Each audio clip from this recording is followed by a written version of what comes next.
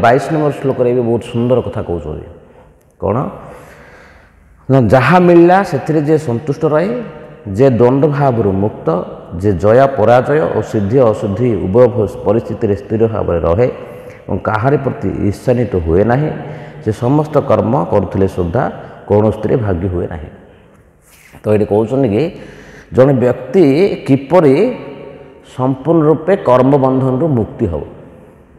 आम समस्ते कर्मबंधन रे बांधि हो कहीं ना ये कर्म चैप्टरटा कर्म को बुझा आम आगु भी आलोचना करते यहाँ बहुत कष्ट जिनस कर्म को बुझा एत सहज पाठ ना।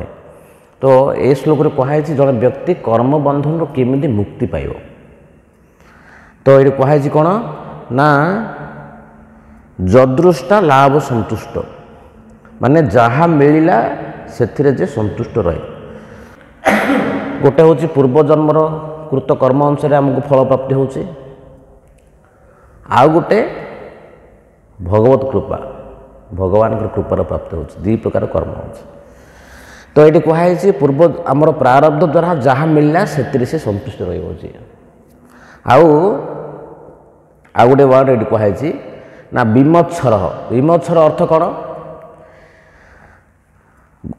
गोटे हूँ ईर्षा आउ गोटे हूँ मत्सरता। भागवत भी आमर धर्म पूजित कैतपत्र परम निमत्सराणाम शतम गोटे श्लोक आसूँ भागवत। तो दीटा वार्ड आस गोटे हूँ ईर्षा आउ गोटे हूँ मत्सरता। ईर्षार अर्थ कौन परर सुख सहन न करिबा परर उन्नति रे आमे खुशी न हवा। आ मत्सरता प्राय एका किंतु टिके अलग गोटे समस्कंद लोक मान जड़े गोटे समस्कंद जड़े कीर्तन कीर्तन कर प्रभुजी कीर्तन कर तो आम मो इच्छा करी से लोक कहीं भल कीर्तन कर समस्त प्रशंसा कर तो सी कीर्तन कर ठीक ना मुझे करी। तो यहाँ हूँ ईर्षा। आ मत्सरता कौन ना समस्ते कहार भी माने समस्कंद हो कि छोट लोक हो कि बड़ लोक हो आमठू उच्च लोक हो जेकोसी लोक कौन भल काम कला कि कौन आमठू भल ये कला मनकर माँ भल रोषे करमको रोषे जना ना कि सी भल कहीं रोषे कले आम जलिया हृदय। तो यहाँ हूँ मत्सरता। तो ये कहुई जो भक्त को ईर्षा आ मत्सरतार दूर रहा पड़ो। तापर ये कहुई ना मत्सरतार किमी दूर रहा तार उपाय कौन। तो उपाय तो जाना पड़ो आम खाली कहदे तो छाड़ी पारिया कहीं आमर को बहुत जन्मर आमर भितर सब भर्ती हो काम क्रोध लोभ मोह मद मात्सर्य एगुड़ा सब भर्ती हो एबर एबर बीमारी ना यहाँ बहुत जन्मर बीमारी ताकू किमिदे छाड़िबा। तो ये प्रभुपाद ताकू कहुई ताकू छाड़िया को हेले तार कारणटा आमको जाना पड़ो कौन पाई आमर ईर्षा हो पर को देखिले से कारणटा जानले आम छाड़ी पारिया। तो तार कारण हूँ आम भितरे भोगर लालसा अच्छे इंद्रिय तृप्तिर लालसा अच्छे आमको सम्मान कहीं मिललानी। से दिन प्रभुजी बहुत सुंदर भाव बुझाते आम भितर जमी गोटे कहुई मार गर्भ भितर शिशु अच्छी मार गर्भ भितर शिशु अच्छी आउ गोटे हूँ दर्पण रे मैल लगी आउ गोटे अग्नि रे धूआं अच्छी तीन प्रकार अच्छी। हाँ हेले कहुई आमे जिते चेष्टा कले मार गर्भ भितर शिशु को देखिपार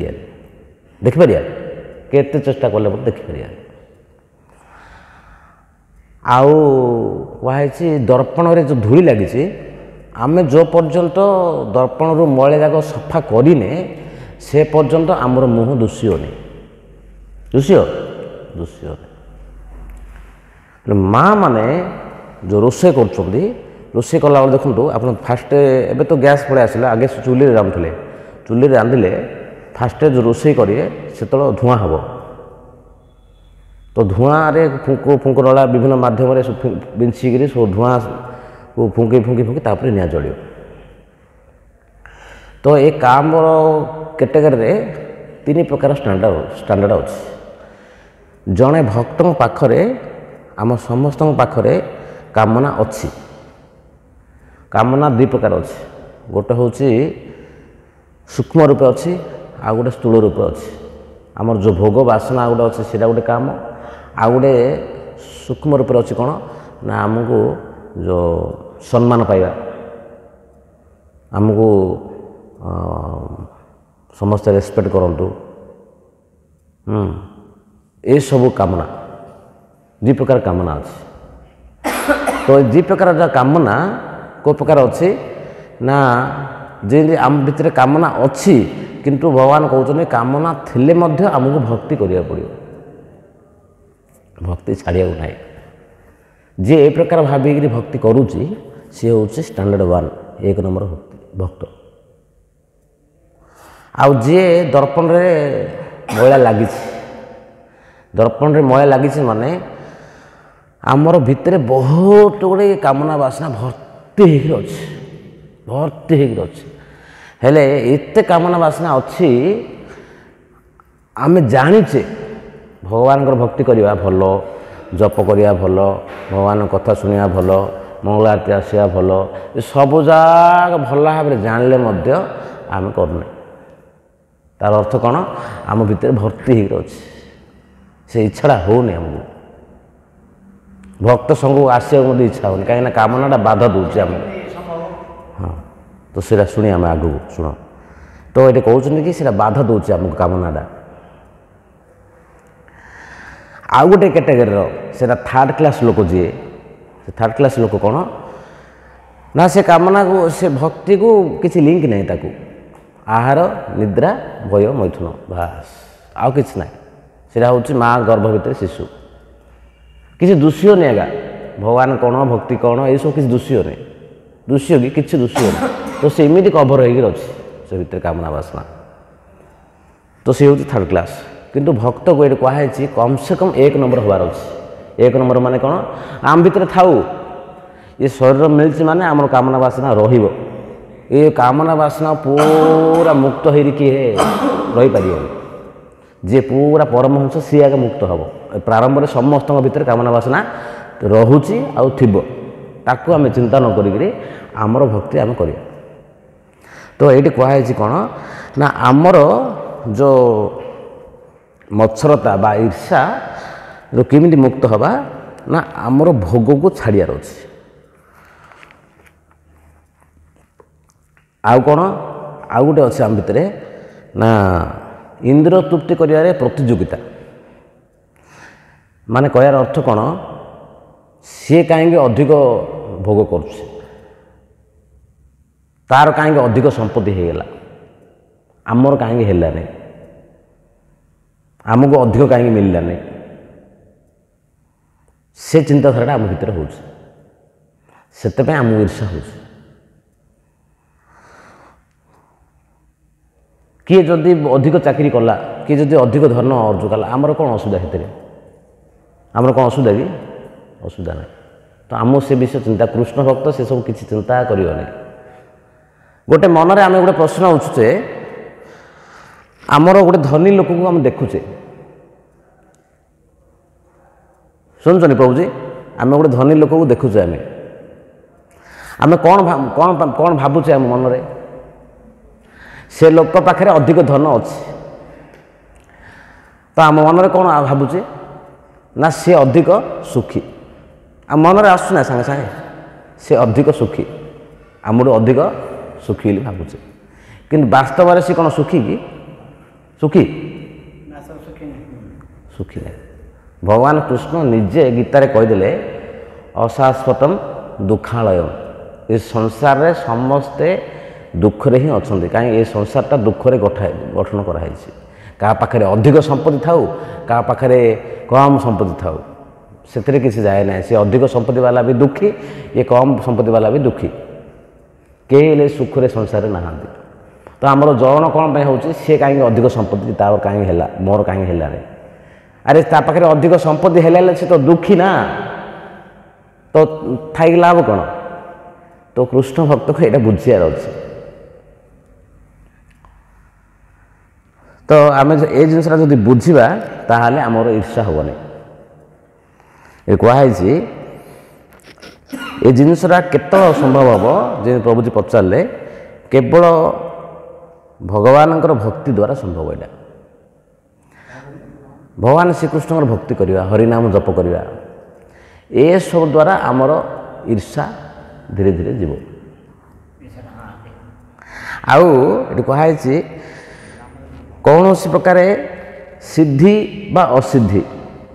ସିଦ୍ଧି ଅସିଦ୍ଧି ମାନେ କ'ଣ ନା, କୌଣସି କାର୍ଯ୍ୟରେ ଆମେ ସିଦ୍ଧି କଲେ, ସିଦ୍ଧି ଲାଭ ହେଇଗଲା।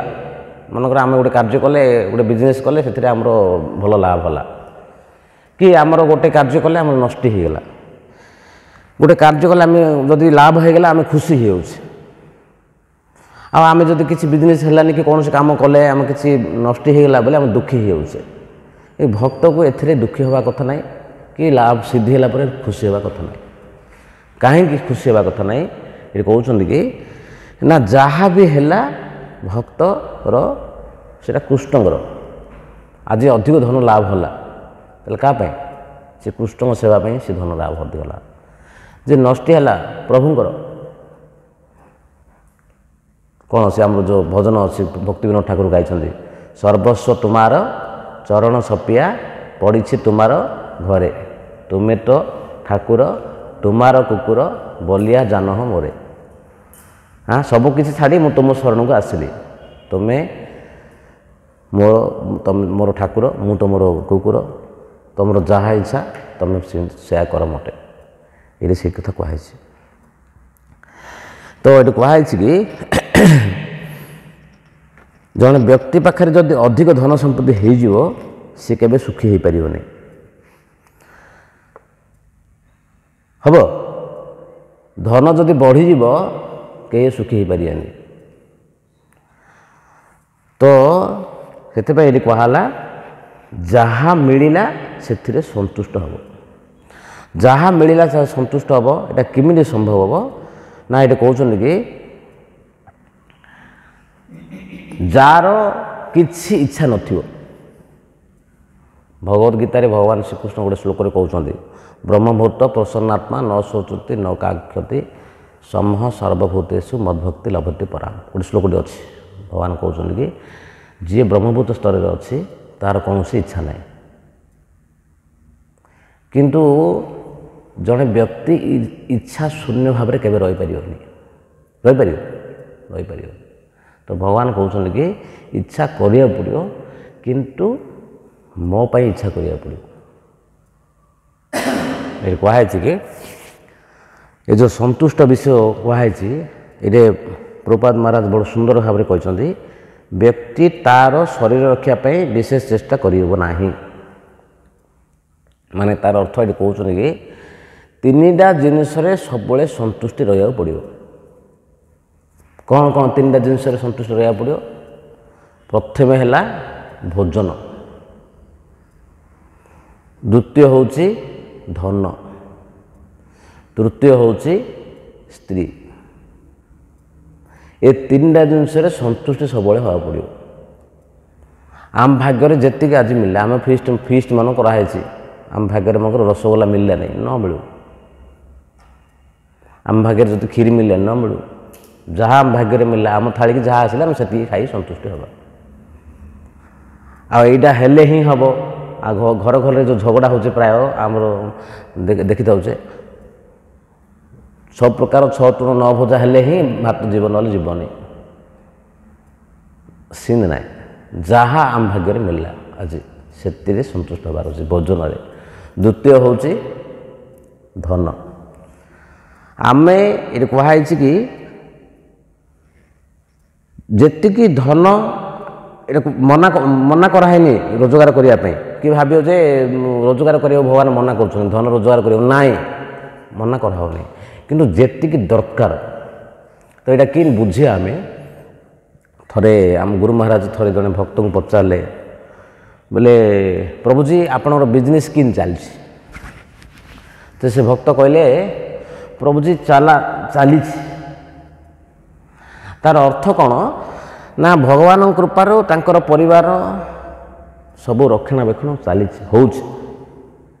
ଅଧିକ ନ ହେଉ, ବଳକା ନ ହେଉ, କିନ୍ତୁ ଚାଲିଛି। ପରିବାର ଚାଲିଛି, ପିଲାଙ୍କ ଦେଖଭାଳ ଚାଲିଛି, ସବୁ ଚାଲିଛି।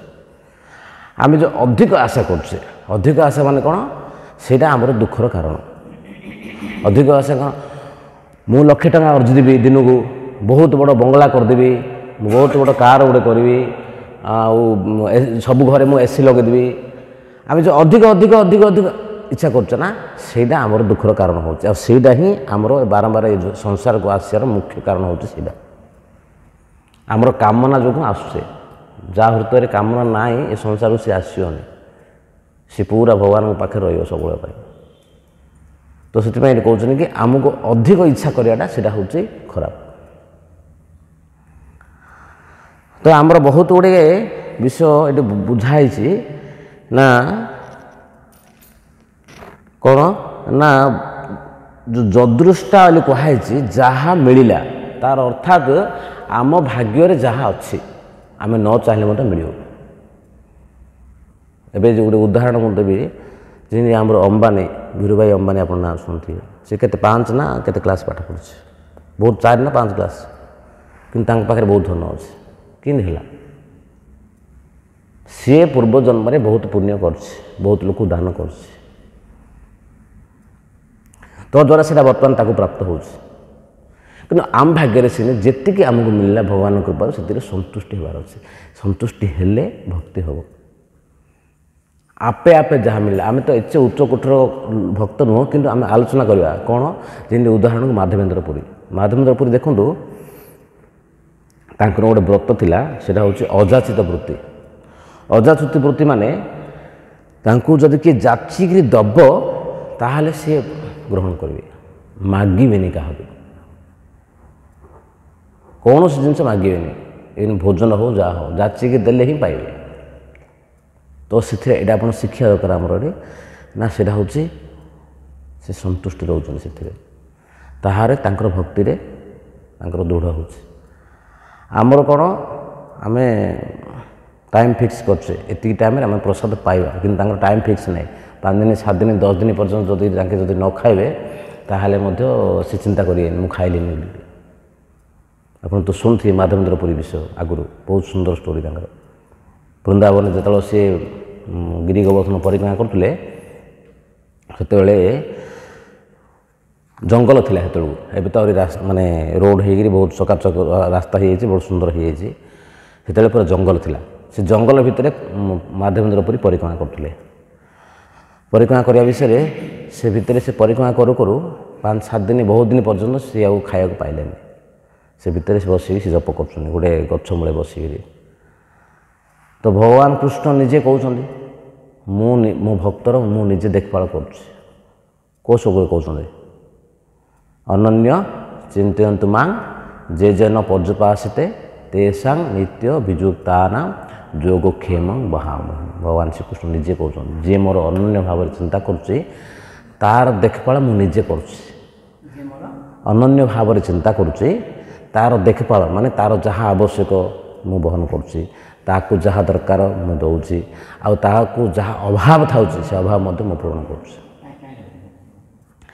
ହେଲେ ଭଗବାନ ଏଇଠି ଯେଉଁ କହୁଛନ୍ତି, ଭଗବାନ ନିଜେ ଗୋଟେ ଗୌଡ଼ ପିଲା ମାନେ ଗୋପ ବାଳକ ହେଇକିରି ଆସିଲେ, ଗୋଟେ ହାଣ୍ଡିରେ, ମାଟି ହାଣ୍ଡିରେ କ୍ଷୀର ଆଣିକିରି ଦେଲେ। କାହାକୁ? ମାଧବେନ୍ଦ୍ରକୁ। ନିଅ ଆଉ କ୍ଷୀରଟା ପିଇ ଦିଅ, ଆଉ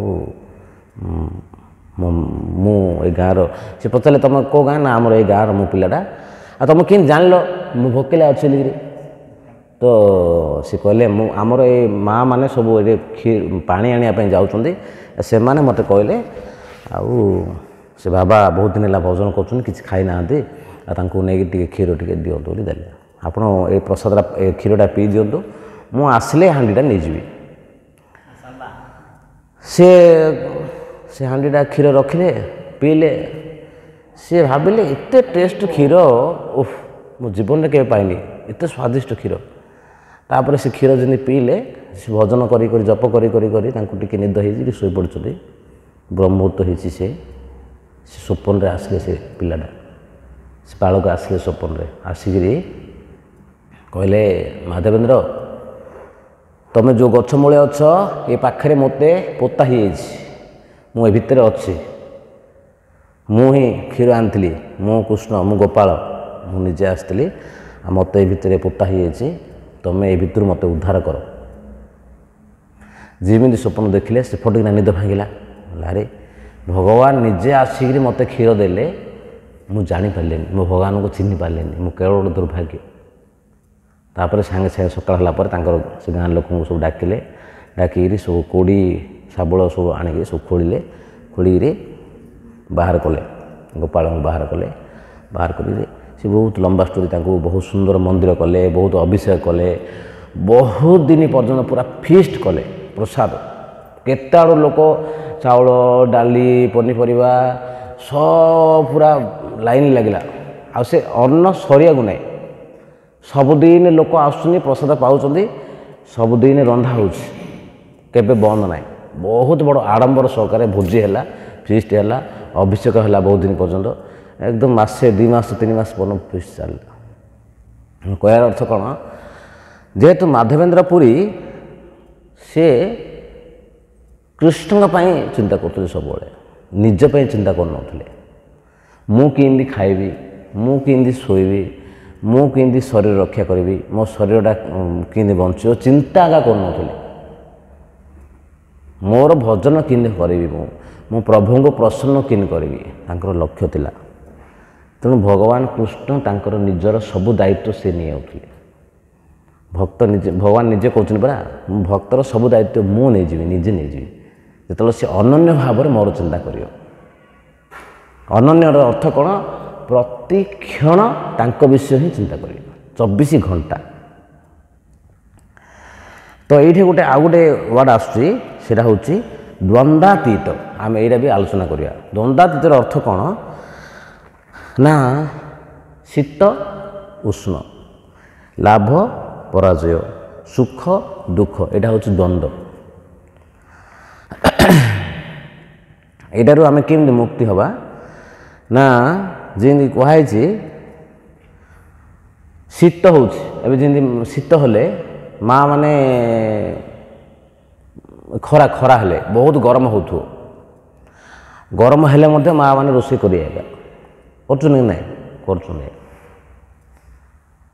ଆଉ ଗୋଟେ ଉଦାହରଣ ଦେଲେ ବୁଝିପାରିବେ, ଯେମିତି ଏବେ ଥଣ୍ଡା ପଡ଼ୁଛି, ବହୁତ ଥଣ୍ଡା ପଡ଼ୁଛି, ଆମର ଏଠି ତ କିଛି ଥଣ୍ଡା ନାହିଁ, କିନ୍ତୁ ଆପଣ ଏବେ ବହୁତ ଇଆଡ଼େ ବହୁତ କମ୍ ଥଣ୍ଡା, କିନ୍ତୁ ଆପଣ ଯିବେ ଏ ଯେଉଁ ଆର୍ମି ମାନେ ବର୍ଡ଼ରରେ ଯେଉଁ ଠିଆ ହେଇଛନ୍ତି, ଆପଣ ଦେଖନ୍ତୁ ବର୍ଡ଼ରରେ ସବୁ ଠିଆ ହେଇକିରି ପିସ୍ତୁଲ ଧରିକି ସବୁ ଜଗିଛନ୍ତି, ତାଙ୍କୁ କେତେ କଷ୍ଟ ନ ହେଉଥିବ ଚିନ୍ତା କର। ଆମେ ଟିକେ ଥଣ୍ଡା ହେଇଗଲେ ଆମେ ଶୀତ ବସ୍ତ୍ର ପକାଇକି ସ୍ୱେଟର ପକାଇ ବଡ଼ ବଡ଼ କମଳ ପକାଇ ଘୋଡ଼େଇକି ଶୋଇପଡ଼ୁଛେ, ସେମାନେ ଯେଉଁ ଠିଆ ହେଇଛନ୍ତି ତାଙ୍କେ ଜଗିଛନ୍ତି କି ନାହିଁ, ତାଙ୍କ କର୍ତ୍ତବ୍ୟ ତାଙ୍କେ କରୁଛନ୍ତି ଆଜ୍ଞା।